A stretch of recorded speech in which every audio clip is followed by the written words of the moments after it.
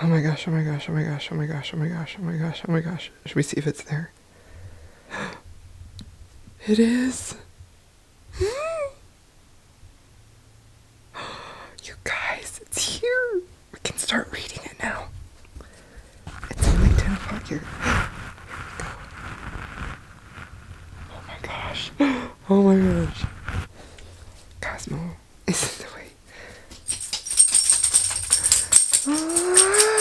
Cosy. He would rather scratch. Here we go.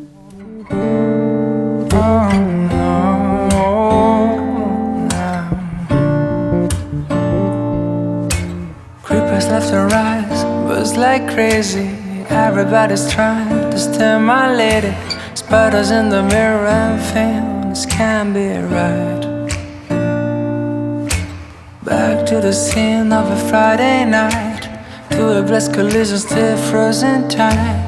Spear drinkers, Cupid and the sound of her first chime. And why did you argue? You're dreaming of those eyes, the best part of my life. And when we make love, babe, wouldn't make a sound. Hello, friends. This is my first actual update. Oh, hold on, I need makeup brushes. It is early in the morning on Tuesday? Yeah, Tuesday. Gosh, I can't even remember what freaking day it is. Tuesday, and I wanted to give you my first update. So I started listening to, I can't decide what color. I have red pants on, red leggings. Should I do pink eyeshadow? Or should I just do a little smoky eye? That's what we'll do. Anyway, so I started listening to it last night. Well, not listening to it. You saw, I have the ebook. This is a case of extremism in that I bought the ebook. I'm not going to look at you because I can't see because I don't have my glasses on. So I bought the ebook. Oh, wait, back up. So I pre-ordered it, right? And then they're like, oh, you're not going to get it on Tuesday. And I don't want to go into a store because COVID and get it. So I decided to get the ebook so I could have that too because it was kind of cheaper for a new ebook. So I bought the ebook. That downloaded last night. I started reading it. You saw that. I read a few chapters, fell asleep. I don't want to rush through my reading experience of this. I'm sorry if I look so weird. I literally cannot see you. But, you know, I just thought this would be a different way to chat with you. So I wanted to have the ebook and read it. So that's what I did. So I got the ebook, read a few chapters, fell asleep. I don't want to rush through this book. Like, I want to read it kind of quickly, mostly just because I don't want to be spoiled. I'm so nervous about spoilers. By the way, if you didn't read the title, this is a full spoiler. We're going to have all kinds of spoilers in here. So if you haven't read it yet, now is your chance to say goodbye and come back later. So I want to get it read before I get spoiled, but I also don't want to rush through it because literally I've been waiting for 3 years for this book and I want to enjoy it, you know? So I fell asleep and then I woke up in the night and I couldn't sleep at like 3 a.m. And so I thought I'll go in my studio and I'll do some work on some sculptures and stuff. So at that point, I wasn't sure if I was going to get the audiobook or not. I decided to get the audiobook because I didn't want to work in the dark all alone. I mean, I had some lights on, but you know, the rest of the house is asleep. So I got the audiobook and started listening to that. I like the narrator. The audiobook is 24 hours long. The narrator is good. And here are my first impressions. I am just so happy to be back in this world. It just feels so comforting to me, even though this story is pretty heavy. Starts off pretty heavy for sure, because we've got Nesta dealing with a lot of grief, a lot of what appears to be post-traumatic stress syndrome from what happened with Highburn, a lot of guilt, she's really closing everybody out, especially Cassian, which is kind of sad because they did have a moment there at the end right before when she thought he was going to die.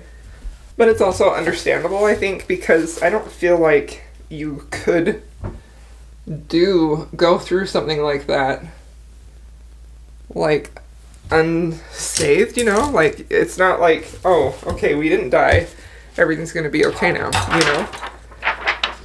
So, I do feel like she's reverted a little bit to who she used to be before she kind of started to soften towards Cassian and stuff. Oh wait, I forgot. But I'm just so interested in her character. I just think she is so interesting. I cannot wait to hear what the deal is with her and the cauldron. Like, I can't wait to figure out what she brought back with her, you know? Like, I want to see her powers.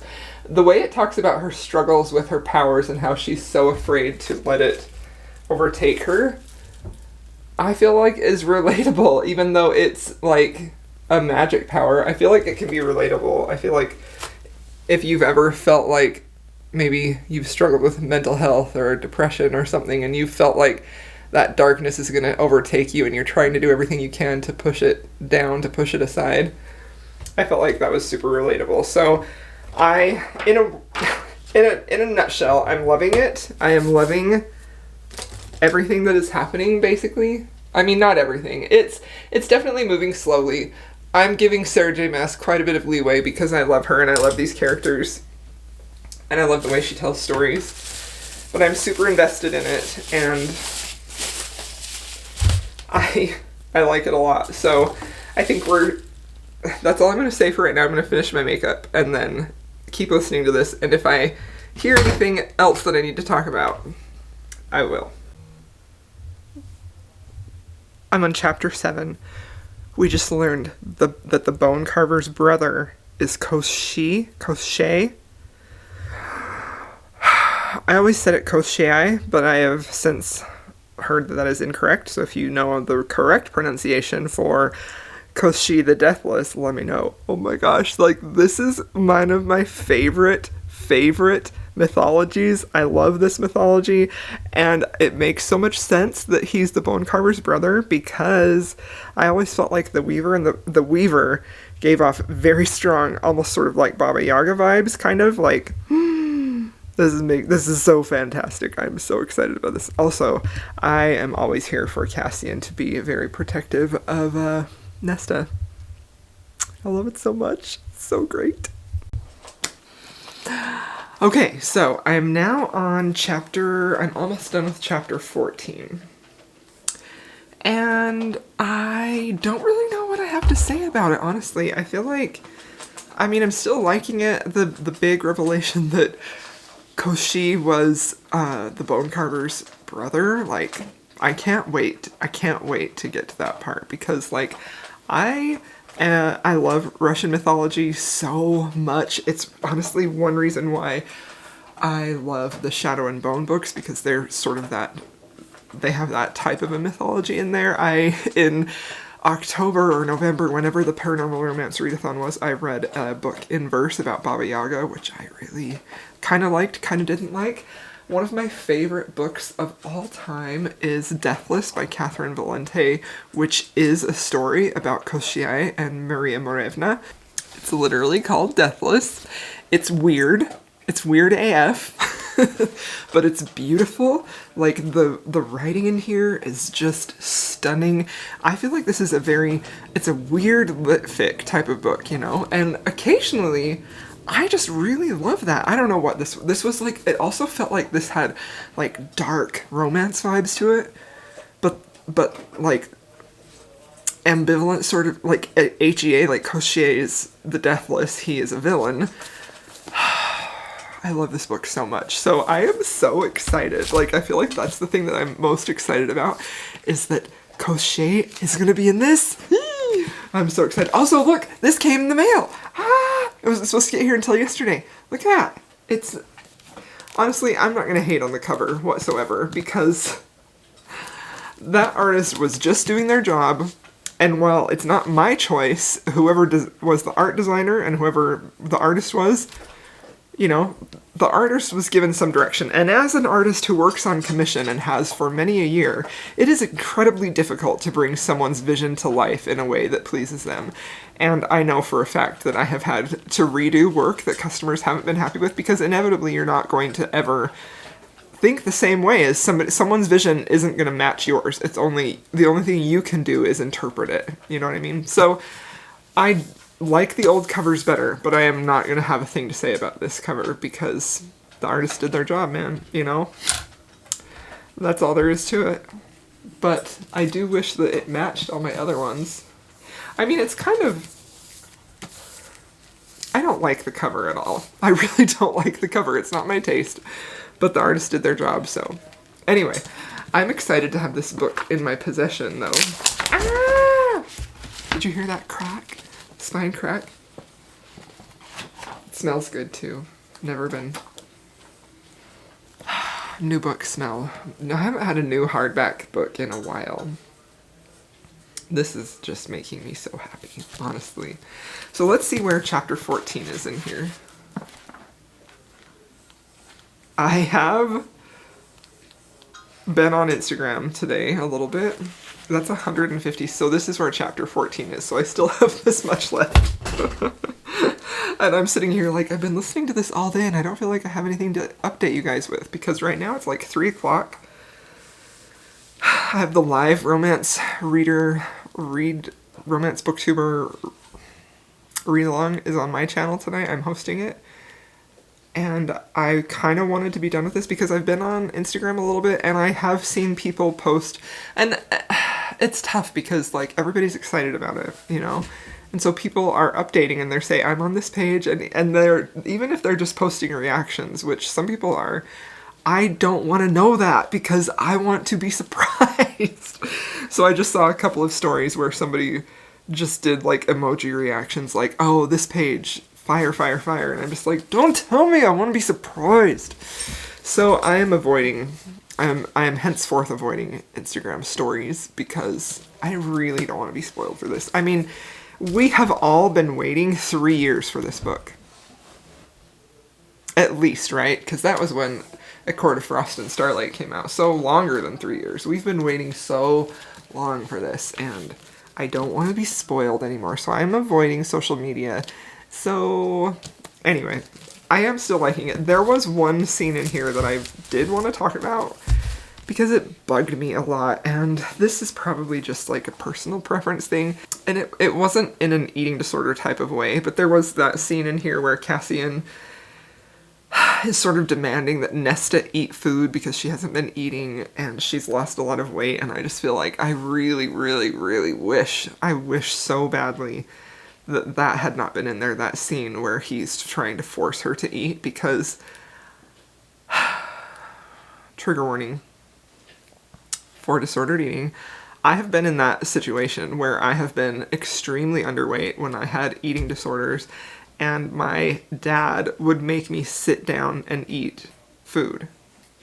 And that messed me up. And he would, I really wish that hadn't been in there, you know. I know we can't, I don't know how I feel about that. I don't know that I want to say I wish that hadn't been in there. I wish that, and I don't know that, because here I am saying I don't want any spoilers at all, but I just feel like that, it was presented in a way where it was like, oh, it's no big deal, we're just gonna, you know, she has to sit down and eat so she can go train, and I didn't like it, you know. It did bring up some really uncomfortable feelings for me personally, because I have had experience with that, and so I am hoping that other people are okay with that scene, because, I mean, I'm fine. I didn't get triggered. It was just like, it made me feel very uncomfortable, you know? And I'm not trying to make a big deal out of everything, but as someone who has had that experience, I did not like reading about that at all, you know? Anyway, I know that they're not saying that she has an eating disorder, like, I recognize that, but I still... I'm not going to say if it should or shouldn't be in there. I'm just going to say that it made me feel uncomfortable. So, that's all. The story, I mean, it is a long book. How many pages is this? Like 700 pages? 730? I don't want to see any words. I don't want to... 750-ish about. I don't want to get spoiled. About 750 pages. It's... I mean, the story is moving slowly like I would expect it to, you know? I would love nothing more than to just sit down and read this physical copy until I was done. But alas, I must work. Anyway, it's good, right? Like, I don't know that I really have anything dramatic to say right now, other than at this point, all that's really happening is Nesta's trying to figure out what, you know, like, she's fighting these assignments in the library, and she doesn't really want to do that, but she's doing it. Like, she just finished this stretching and breathing session with Cassian, so it's good. I'm liking it a lot. Like, I don't really have any complaints other than that one thing, which was very deeply personal to me. So I don't know if I would even say, I don't even know if that would merit a trigger warning. Maybe, probably. I don't know. I think that if you have not had experience with disordered eating in that type of a way, where you have been very underweight and you have had family who have been well-intentioned, who have tried to force you to eat, maybe you just flipped right over that, you know? But that's the whole point, right? Everyone has a different reading experience when it comes to books and what may be triggering and what may be upsetting, and obviously we can't get rid of everything in books, right? There needs to be conflict, there needs to be trouble, we need to read about troubling things because that's what moves the story forward. So I didn't really mean to talk for 9 minutes about that. I do have some bookmail, other than my beautiful thick book. I ordered these from Gigi. Would you like to see? So this one is, it was, if you bought a book, you got a free book. So I did buy a book. And I was like, I don't even really remember what it was. Is this the book I bought? Oh, it is! Look! I bought this for the Step Back. This was 100% a Step Back purchase. Because you know how I feel about those almost kisses and medieval scenes. Like, oh, it's so beautiful. That is just so beautiful. She was the only prize worth winning and the only one he couldn't take. Ah, I love it. Has anybody read this? Let me know. And then Gigi sent this along with it for Valentine's week. So this is fun. An older Suzanne Enoch. That'll be interesting. This one looks like it's just a Regency. I've only read Suzanne's, her Highland one, so that will be fun. Okay, I'm gonna go now. I filmed a mid-month wrap-up, and I'm gonna keep listening to the audiobook. Check in when I have some more to report.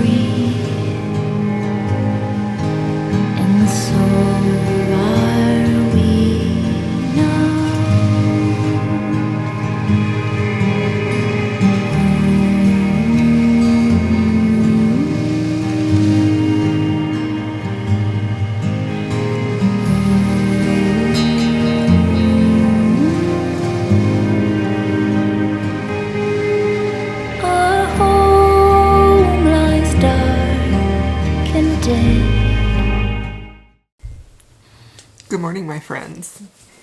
Kazi is here with me. Kazi, do you want to come say hi to the people? Come here. Oh, thanks. Say hi. He's got a little bald spot up there. Every time I clip him when his hair is short, it shows up, but... Hi, who's your good boy? Who's your being a good boy? Huh? He's been a little bit stir crazy lately because he hasn't had any walks because it's so cold, huh? And he just had a haircut, so his only playtime has been in the garage during gym time. Are you going to stay up here the whole time? No. Anyways, good morning, my friends. This is my breakfast smoothie. I have not been feeling like eating food in the morning, and so then I just don't eat, and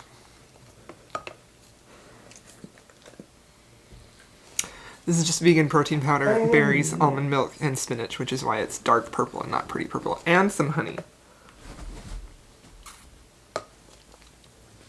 I don't love vegan protein powder because it's like gritty. But I also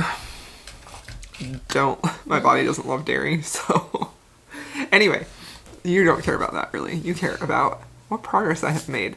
This is where I'm at. I'm on chapter 25. I feel like a lot has happened since I last talked to you about this book. Oh my gosh, so much has happened.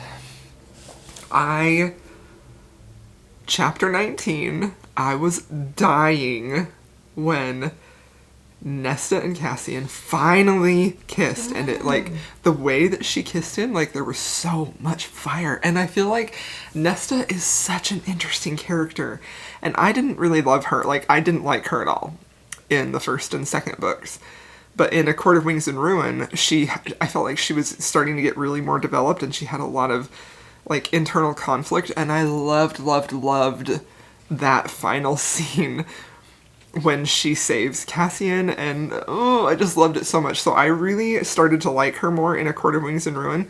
But all that being said, I wasn't necessarily thrilled about a whole book devoted to her, just because I don't know why. I really wanted an Asriel book. Let's be real here. I'm this far in. I wanted Asriel and Elaine because I ship them. And so when I heard it was Cassian and Nesta, I was like, oh, I mean, obviously I'm still going to love it and read it, but I was really hoping it was going to be Asriel and Elaine, because this is where I'm at, and I think they're in game. I don't want Asriel to be with Mor, because Mor doesn't love him, and Asriel deserves better. Anyway, chapter 19. Was like the amount of tension between those two, like, the heat was phenomenal. And that line that she left him with, I was dying. What did she say? Quick off the draw? Quick off the mark.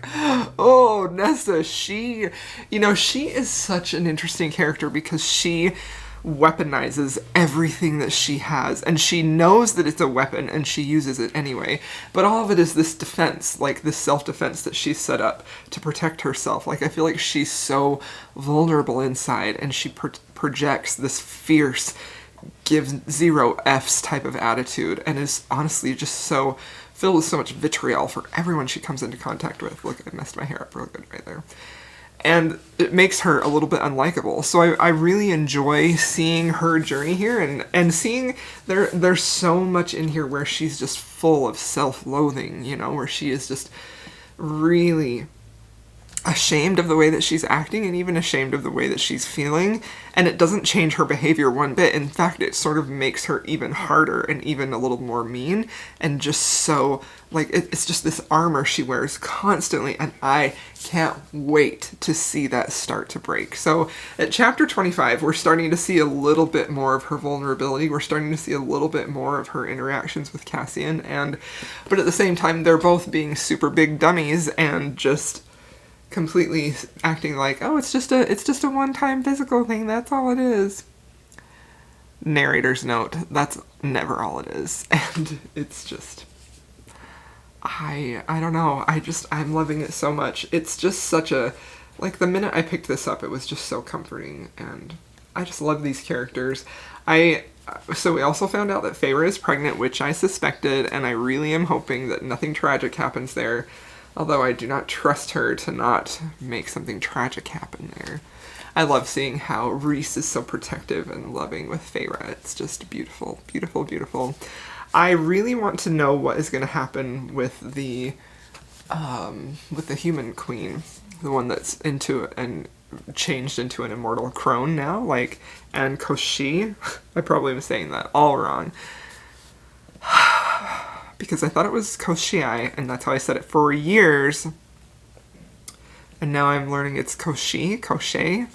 So that's the last time I'm going to comment on it. It's something like that. It's the Russian mythological god of death, Koshi the Deathless. I want to know what's going to happen there. I also found, like, when they introduced what these other artifacts that they have to find that were sort of made by the cauldron, but they were hidden. I thought that was pretty clever how it was in here, how they were created and hidden from people, but I thought it was pretty neat how they mentioned that the human queen didn't, because she was made, the glamour didn't work on her, so she knew they existed, so now they're out to find them. So I don't know. I just am so impressed with her writing. Honestly, I feel like reading this after reading House of Earth and Blood last year. Like, when I read A House of Earth and Blood last year, it felt like such a huge jump up in her skill level compared to... And I've read all of her books. I've read Throne of Glass. I love Throne of Glass, if you didn't know. I've read A Court of Thorns and Roses. I've read all of those. The only book of hers that I have not read is her Catwoman one. And I just am really, honestly, very impressed with her writing ability. I think that she is such a unique talent. She creates just compulsively readable stories, but also has characters that have a lot of depth. And I feel like the things that she's saying about what Nesta's going through specifically in here, about how she's dealing with trauma and not dealing with trauma, and what she's doing in response to that sort of suppressed trauma. And I really also love the image of that darkness that is trying, like, Nesta's dark power, how that rises up to the surface and she has to constantly push that down. I feel like it's just so incredible. I'm positive this is going to be 5 stars. I mean, let's be real. There may be some things that I find disappointing, but I feel like just the sheer power that Sarah J. Maas has to completely captivate me and just make me swept away and obsessed with this book and her world and her characters just warrants a 5 star. So I am at chapter 25 right now. It is the second day, so this is only the second day that I have been reading this. I'm not really in a hurry to read it, although I am very worried about getting spoiled. I think I've mentioned that before. I need to start editing this vlog so I don't keep repeating myself. But I'm going to keep listening to it throughout the day while I work, and then hopefully read it tonight. I didn't get a chance to read too much last night because I was trying to edit some videos and they were taking me for freaking ever. So I'm going to put my headphones in. I'm going to keep listening.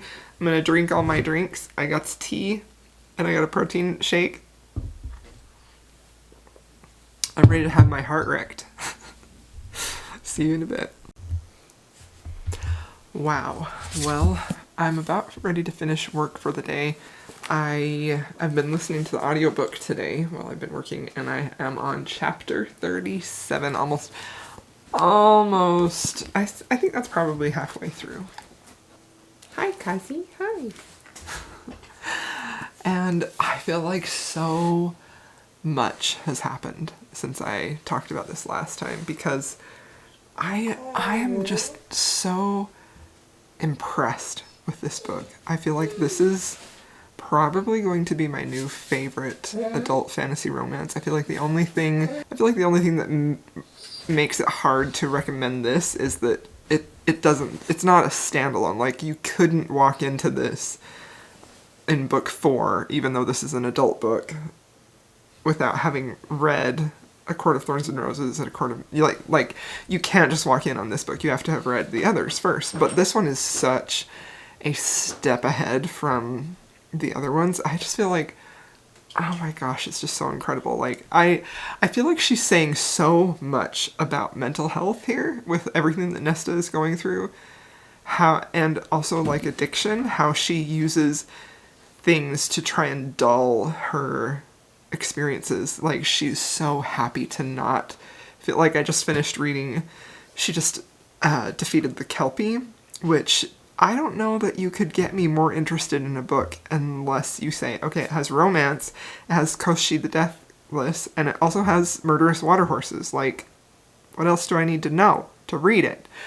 But she just defeated the Kelpie, and they just were realizing that she could hear it speak in this ancient language, and she used the mask, and she's talking about what it felt like to wear the mask and how it was such a relief for her because it quieted everything that was in her head. It quieted all of her guilt and all of the effects of the trauma that she's been experiencing. It just made everything go quiet. And I just feel like this is such a powerful example of how fantasy can be used to relate to real world experiences. And in a way, I feel like this is for me, I feel like that's such a more powerful analogy.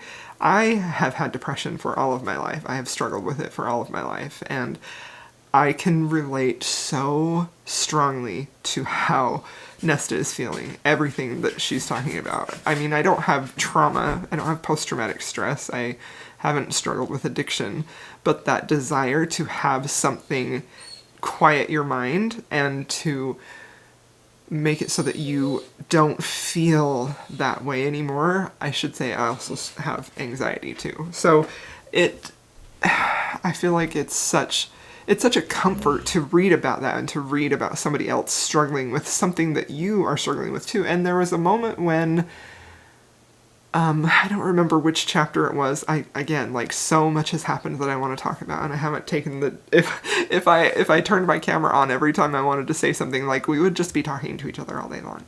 But that moment when Rhys went into her head and he saw what she went through when she was in the cauldron and how that felt for her and how that has been the big trauma that she has been trying to come to terms with when she took a part of the cauldron out with her.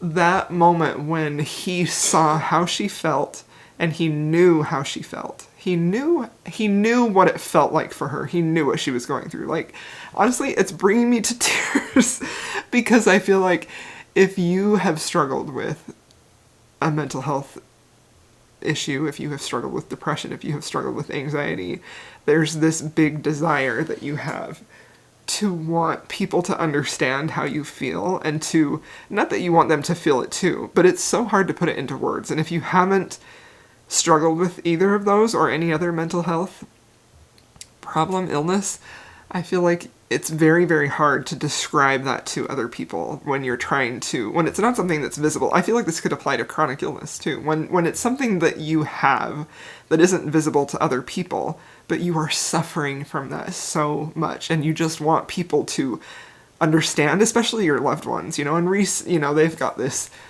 Rhys and they have this whole butt heads antagonistic relationship, and because he's so angry about how she's so upset with Feyre, and, like, I totally get it. But I can just imagine, and maybe that was why she picked Rhys. Well, it had to be Rhys because Rhys is the only one with that power, really, to be able to see that. But maybe it was more impactful because it was Rhys, the most powerful, their ruler, the Night, the High Lord of the Night Court.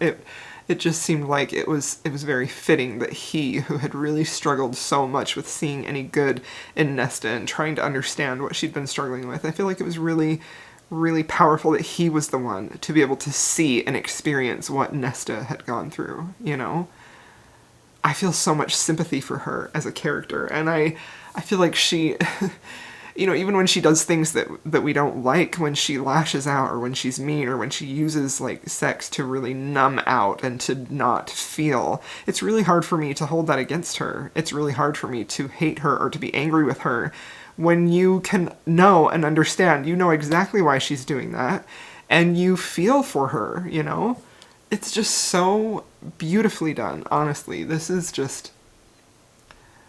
It's a powerful book, and even how, like, when she's with Cassian, like, there's that moment when she just wants Cassian for a physical relationship because she wants to numb out, she wants to use that to mask everything that she's feeling, everything that she's trying to deal with.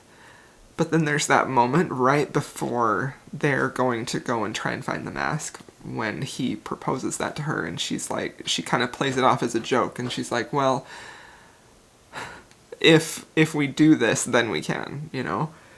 But in her mind, she's finally come to the point where she has realized that or she's acknowledged, I feel like she's known all along, that she's acknowledged that this is different with Cassian. It's not just physical. It can never be just physical. It can never be just physical with him. And we know that because of how she just, I still think about that scene in A Court of Wings and Ruin when she just freaking threw herself on to protect him, you know? And how devastated she was when she thought he was dead. Oh my gosh, their relationship is filled with so much angst, and I am here for it. And oh, so when she finally realizes that this is her, she has feelings for him. She's not going to use sex to numb out. She's not going to use that as a drug, you know? She's going to wait. She's going to save that for later. And I just felt like that was such a cool character development moment for her. Honestly, when she came out of the freaking bog with the head of the Kelpie with the silver flames in her eyes, I was like, oh my gosh, she's just this brutal death goddess, and I freaking love her so much. I am so in love with this book, and I feel like Sarah J. Maas is so great at writing those, like, when the Kelpie came, when she described it, like, it has this feeling of horror, like, it feels like a horror or a thriller novel when you see this monster coming, and it's just like, oh my gosh, this is just a freaking masterpiece, honestly. Like, I know a lot of people are done with this already.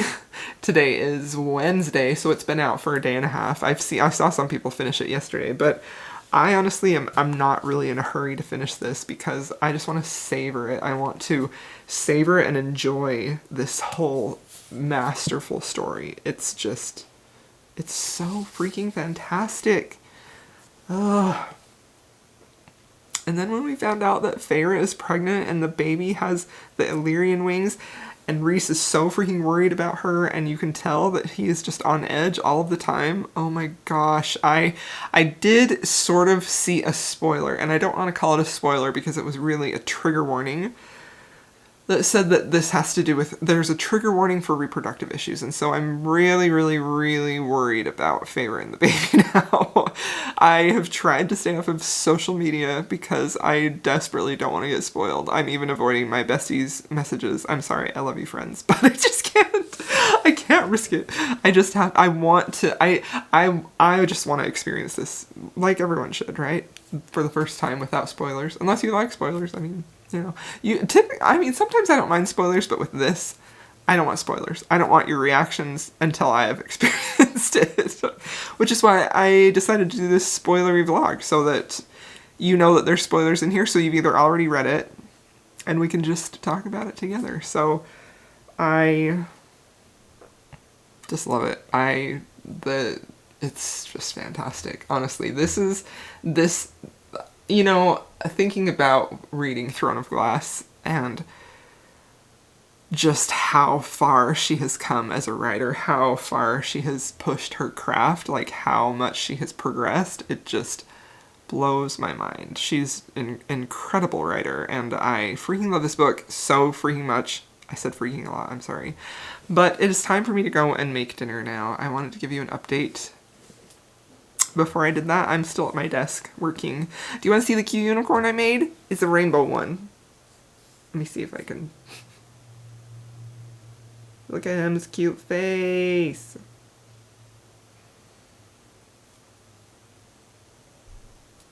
Isn't it a cute face? You look, I guess with a tail. Anyways. That's what I've been doing. I've been making unicorns and listening to this book, so I feel very blessed to be able to do that today. So now I'm going to keep listening, I'm going to go make dinner, and I'm ready to be shook some more, because I left off right at a time when Nesta and Cassian were coming together after the mask incident. I am still working. Chapter 41, Helion, High Lord of the Dawn Court, shows up on a black Pegasus and Feyre wants to paint it. So that's literally everything I need. This has everything I need. A Pegasus.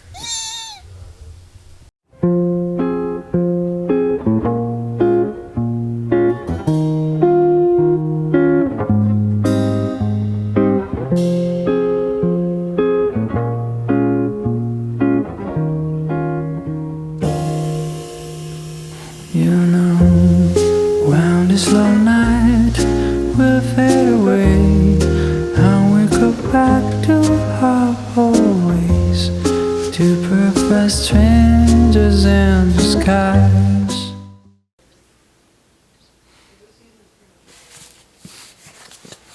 Oh my gosh.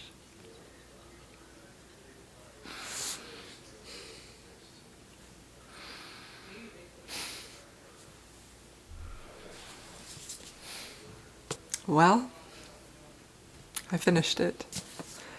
I finished this book and I loved it. I loved it so much. 5 stars. 5 stars. Honestly, I think this was so amazing. What an incredible character study of Nesta. What an incredible amount of growth that she had. Like, the Nesta that you meet on the final page is not anything like the Nesta you meet on the first page. This was so good, honestly. I loved it so much. So I did take some notes because last time I checked with you, I still had a lot of things to read. I still had a lot of progress to make. So I made a note of some things that I wanted to recognize because I loved them so much. So that moment, we have one moment in here where Rhys says to Feyre, he calls her Feyre darling. I just love it when he says that. I love it so much. I know it's one of those things that you hear about all the time, but I love that he does that. So we have that. And then we have Cassian thinking about Nesta when Hellion comes into town and he gets aroused and Hellion can smell it and he says, "What are you thinking about?" That part made me laugh so hard. That was so funny. I love that we have Nesta reading romance novels. I love that so much. I don't know. I feel like that was just such, even in the beginning when you see Nesta is so like hard and so icy and really kind of mean, I still love that she loved to read romance novels. Like, I love that so freaking much. That is fantastic. And let's see what else. How the house is her friend. I need to go get my Kindle because I highlighted the part where, I'll talk about that in just a minute because we're not there yet. I love that the house is her friend, and I just love it so much. I love Cassian right when they like started, when there was this moment when Nesta, did I call her Nessian? When Nesta was about to push him away and Cassian saw her thaw towards him, and there was a line in there where he said he loved seeing Nesta's cold, icy exterior crumble.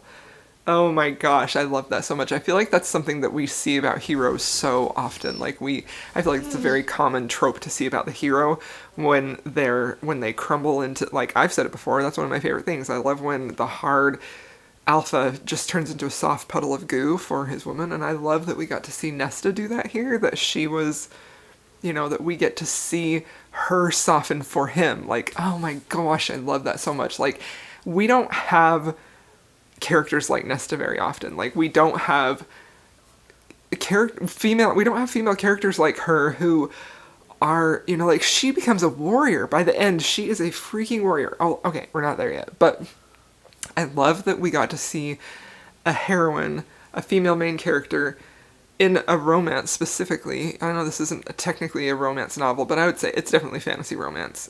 But I love that we get to see her be very hard and be like an unlikable female character. And honestly, that's kind of something that makes me a little uncomfortable when people say that they don't like Nesta in this, because if a hero had these traits, we would probably love him, right? Or a lot of people would. But why is it that because Nesta has these traits, that she is a toxic person, that she's suffered all this pain and PTSD, and she's taking it out on other people? If I don't like that a lot of people say that, well, she's just too unlikable, when if you gave those characteristics to a male character, we would probably just eat that up, right? So I love that we get to see a female character really experience that and be someone that we can root for and have a romance too. I love that so much. So chapter 41. Chapter 41. That's all I'm going to say. Go look it up. Chapter 41. All caps. Chapter 41. Chef's kiss. Spicy meatball. Fantastic. So good.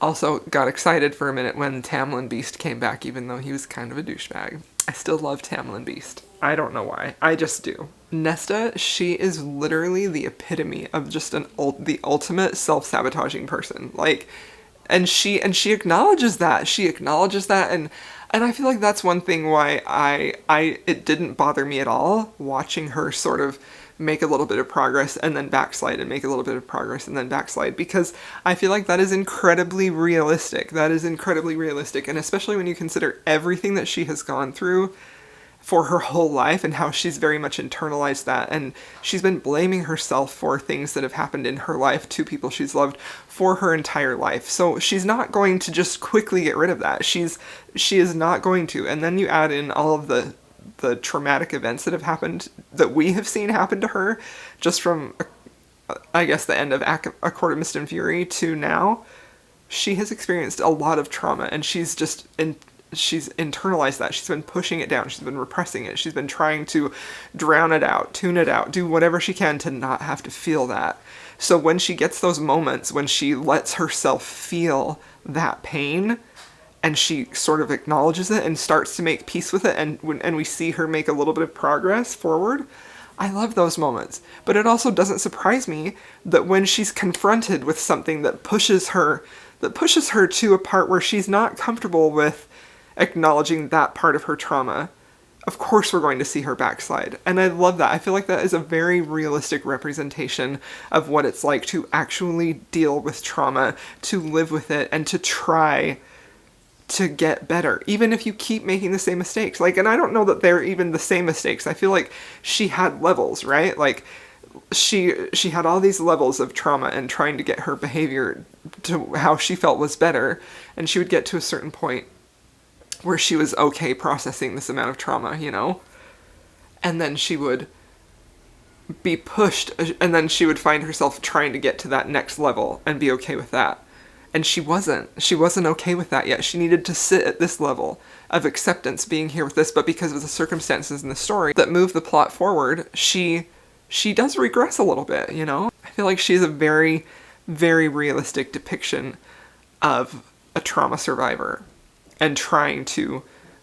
Uh-oh, we're gonna have a delivery. Don't bark. Don't bark, don't bark. Okay. Oh, good boy. So, no. Don't knock the camera over. So we have this very realistic depiction of surviving that, or I would even say that a mental illness, living with it, trying to overcome that, you know? I honestly feel like I can relate very well to Nesta's, not necessarily what happened to her, obviously, but her path to healing and her path to try and be able to live with her past and her mistakes, or if you want to use an example of like her mental illness, how she's learning to live with that. I just felt like it was beautifully done. It was so beautifully done. It was just handled perfectly. I just loved it. I loved Nesta. You know, I think I've said it before. I haven't edited this vlog yet. But I did not love Nesta in especially the first two books. The first two books, I really didn't like Nesta at all. I found her just... I kind of hated her, you know, because she was so awful to Feyre. But then in A Court of Wings and Ruin, you sort of saw a little bit of what had happened to her, and you see her try try to overcome that. I just loved it so much. My lights turned off. Okay, I'm going to go get my Kindle so I can get my notes for that, and then I'm going to come back, and we're going to be in a different position, and we're going to finish this conversation, because I don't really like the lighting here. Okay, I'm back. I've got my Kindle notes now, and I like this lighting a little better. So, coming back to this, Kazi also has his squeaky toy. Let's see.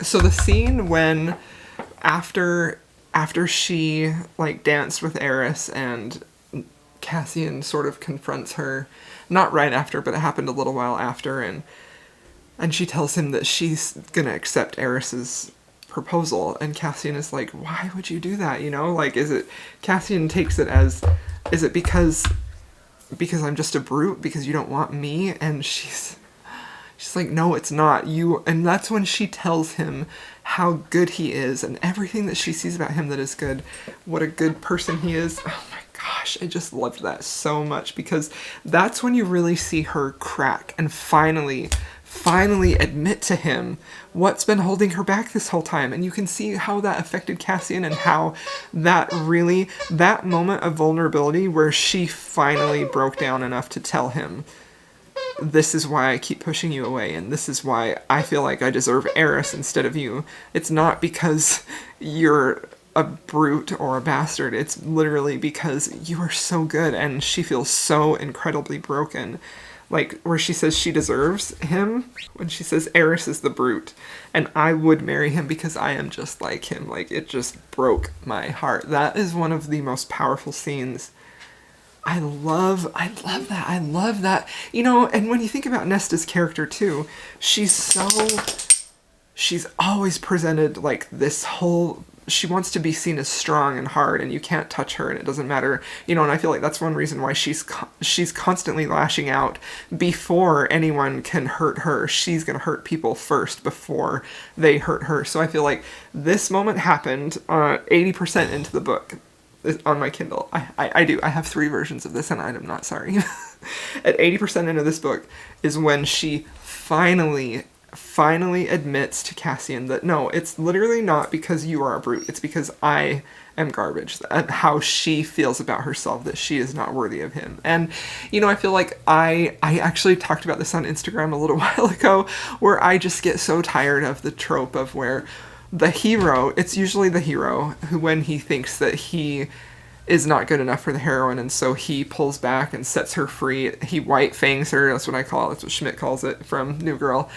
I get really tired of white fanging in my romance novels, just because I feel like, come on now, you know? But here is an example where she's not necessarily pushing him away in that moment and breaking up with him, but that's clear that she is very much aware of all of the wrong that she has done, and how mean she has been, how unkind she has been, how hurtful she has been, and she feels like Cassian is so much better than her, and it was just such a beautiful moment. Like, that scene led to, that scene led to the mating bond, when they both realized, well, when Cassian specifically realized, and Nesta realized too, but she didn't want to admit it at that point, that they were mates. It's so beautiful. Oh my gosh, when he asks her to tell him, and she says that you are mine and I am yours, it's just a freaking thing of beauty. I can't get over this book, y'all. Like, honestly, I'm trying to find, where are my freaking notes? Okay. I feel like there's so much to talk about with this book, right? We haven't even talked about the girl gang. We haven't even talked about the Valkyries, and that was something that I was so caught up in, her dynamic with Cassian, and even her dynamic with Feyre and Rhysand, that I kind of didn't give a whole lot of attention, or really, not really attention, but it wasn't like a forefront in my heart where I was like, yeah, this is what I want to focus on, is the girl gang, right? When they build the little pack of the Valkyries, like, so good. Also, wanted to bring up, like, that moment when she finally hits the 10,000 stairs, when she finally is able to make it all the way through 10,000 stairs. I felt like that whole page in the book was so beautiful, and I really felt like Sarah wrote this and she nailed the experience of being an athlete and really pushing yourself. And I feel like it doesn't just apply to athletes, that's how I applied it in my brain. When you're in that moment and you feel like you can't do it, you can't go on anymore, and then you dig to another level and you push through that level of pain and you go there. That is what I love about being an athlete. That is something that I love so much, and I love how it was described here when she finally got the 10,000 stairs the night of the Star Festival. Oh, it was so perfect. Starfall, I always forget what that's called. That was a perfect, let's see, I have to find all my notes, y'all, because honestly, I just want to sit here and gush to you. And I love that moment too, when at the very end, when they're in, I'm skipping ahead a little bit, but when they're in the blood rites and she realizes that going up to the top of that mountain is her 10,000 stairs moment, and that all of that practice has been leading her up and training her to this moment. I just loved it so much. Honestly, I feel like I could talk about this book for days and days and days and days. One of my very, very favorite parts of the book, it wasn't even a romantic part of the book. My freaking bangs. But when she finally apologizes to Amren, when she's really like healed a lot and she's gotten to a safe spot with Cassian where they're both on the same level, where they've decided they're committed to one another, you know, after the mating bond happened. When she finally apologizes to Amren, and Amren talks about the house, you know, and how she had made it come alive. I love how she was like, the house sings. This is what Amren says. I can hear it in the stone, and when I spoke to it, it answered. Granted, it gave me a pile of romance novels by the end of it, but you caused this house to come alive, girl. Like, every romance reader who is reading this is singing themselves, right? Like, isn't that the most beautiful line? I love that. But the thing I love the most about that, and the thing I love the most about the house, and I feel like Sarah J. Maas is doing so much work in this book. Like, it's a fantastic story. I was completely captivated. I enjoyed it immensely. This is absolutely, without a doubt, 5 stars. This is a 6-star read for me. I loved it. It's probably, I don't know that it's better. I don't know that I love it more than A Court of Mist and Fury, honestly. But it's equal with that. I don't know that I love it more, but it's those two are my favorites, you know?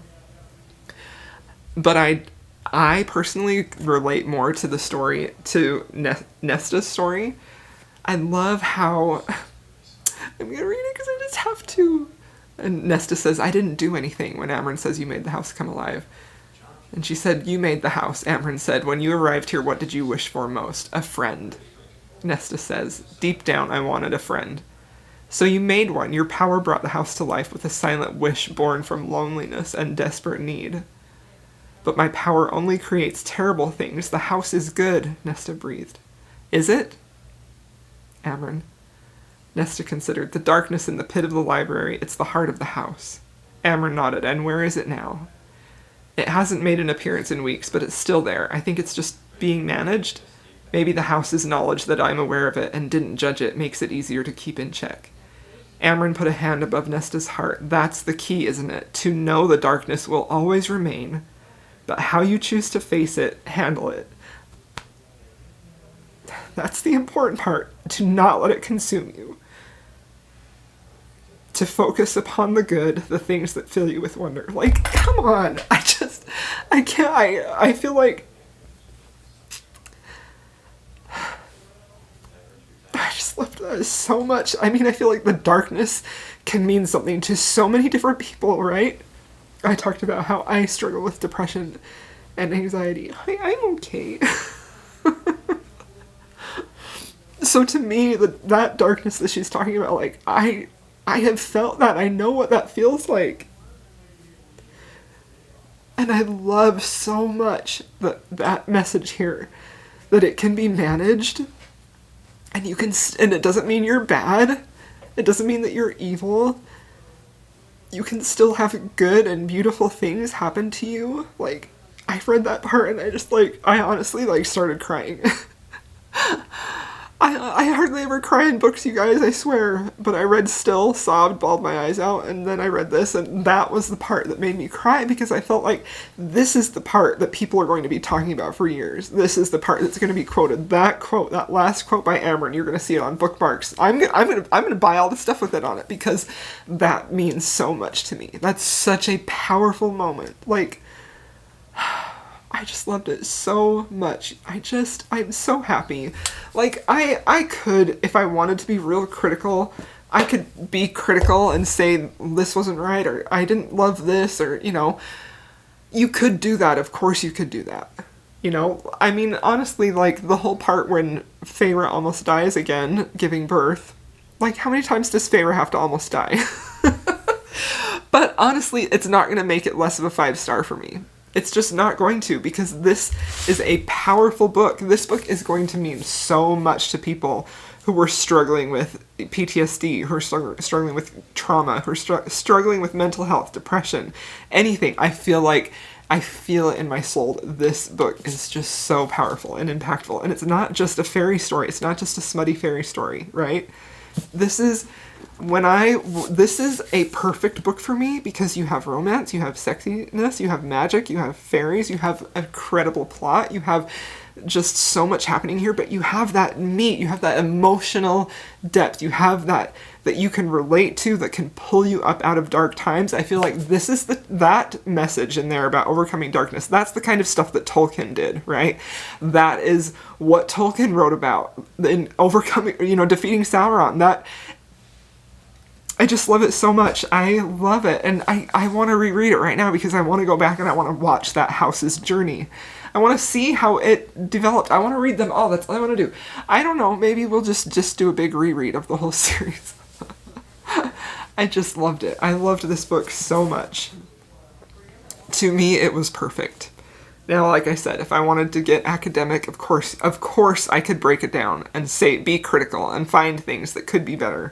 But I don't want to, and I don't care to, because to me, it was perfect. I loved it. I loved it. I'm so glad that we got to see Feyre's baby, too. I'm so glad we got to see Feyre and Rhysand's baby. I loved it. And I love how this feels like I'm hoping, I haven't heard anything, I haven't checked anything, I'm hoping this is a complete story of Cassian and Nesta, and then the next one will hopefully be Asriel's, and maybe we'll get one for Amren, like, on Elaine and Lucien, and to me this was a perfect book. It was an incredible read. I'm so sad that it's over. It completely transported me. It was everything that I wanted. This literally, honestly, like, I tried not to come into this with expectations, because I so badly didn't want to be disappointed, and my expectations have been blown out of the water. This was a 6-star read. It's fantastic. I love it so much. I love seeing these characters.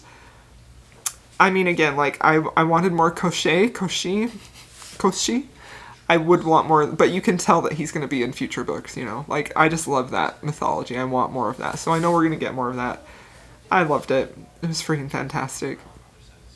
I'm beyond satisfied. It was everything I wanted it to be, and I just loved it. So I hope that you have enjoyed reading this with me, and yeah, I hope that if you read it and loved it, I would love to hear about it. If you didn't love it, that's okay too.